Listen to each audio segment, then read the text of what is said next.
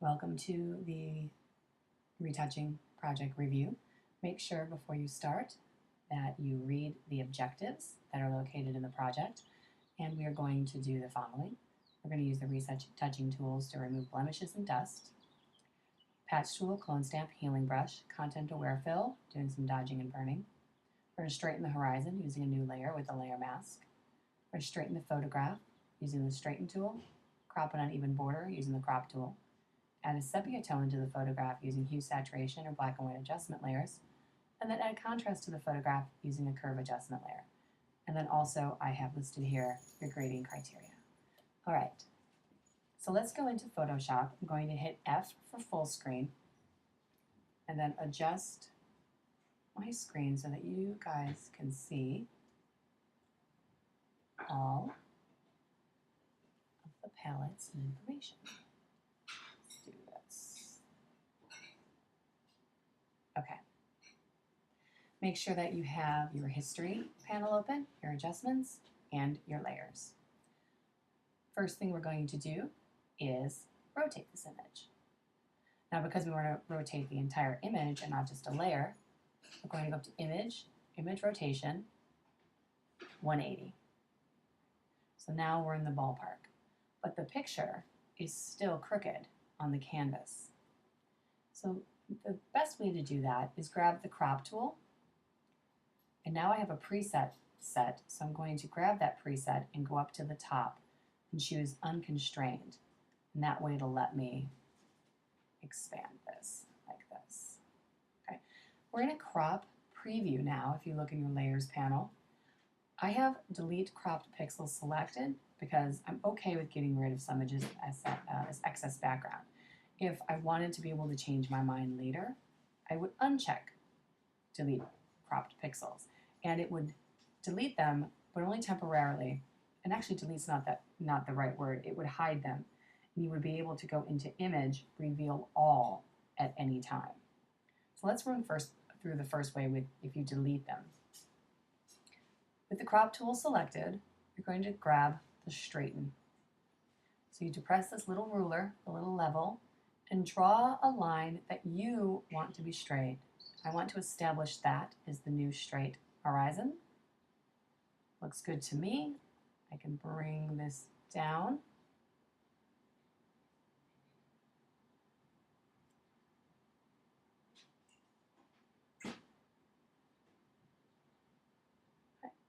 And just press return to crop. You'll still see the cropping edges, and they will go away when you click on another tool. Actually, I could have got a little closer on the top and the bottom. Let's go to the history bar and undo that. And grabbing the crop tool again, I'm going to uncheck delete crop pixels, straighten it again,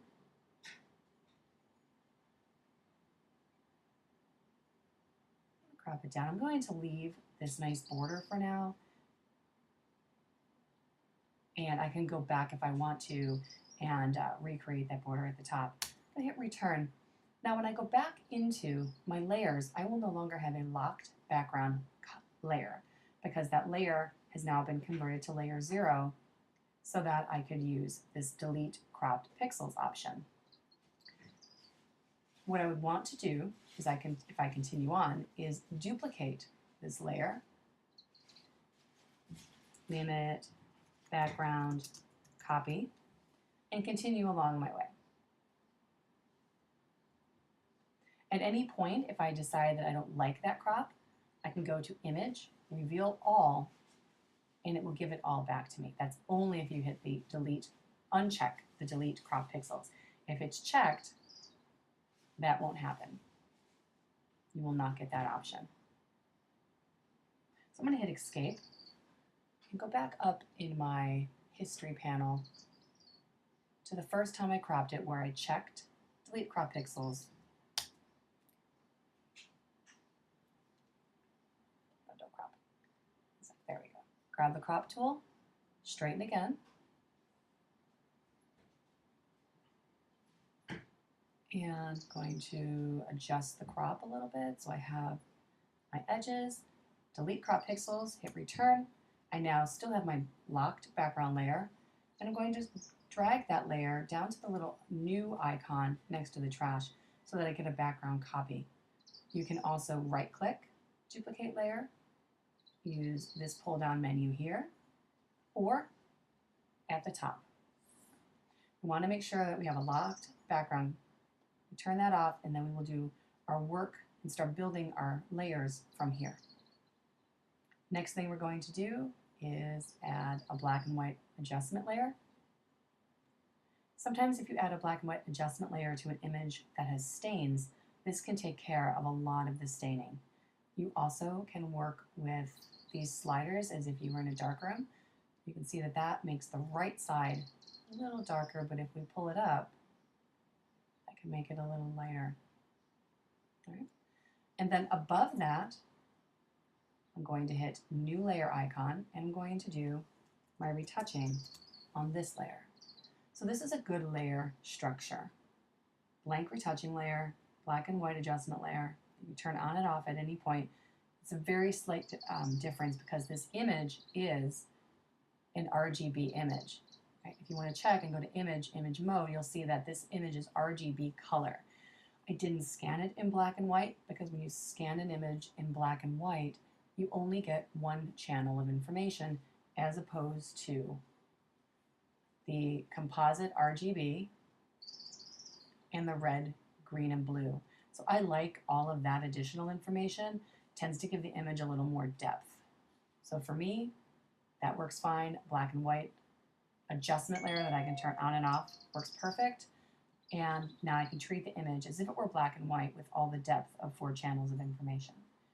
So once we've got it set up, you have it cropped, straightened this top line, and set up your layers panel. We're ready to go on to retouching. But before we do that, make sure you save as last name _ project 1. Make sure layers is checked and the format is Photoshop.psd. You don't want any other periods or spaces in the naming. The only period you want is before the extension. And then hit save. Sounds good. Let's keep going.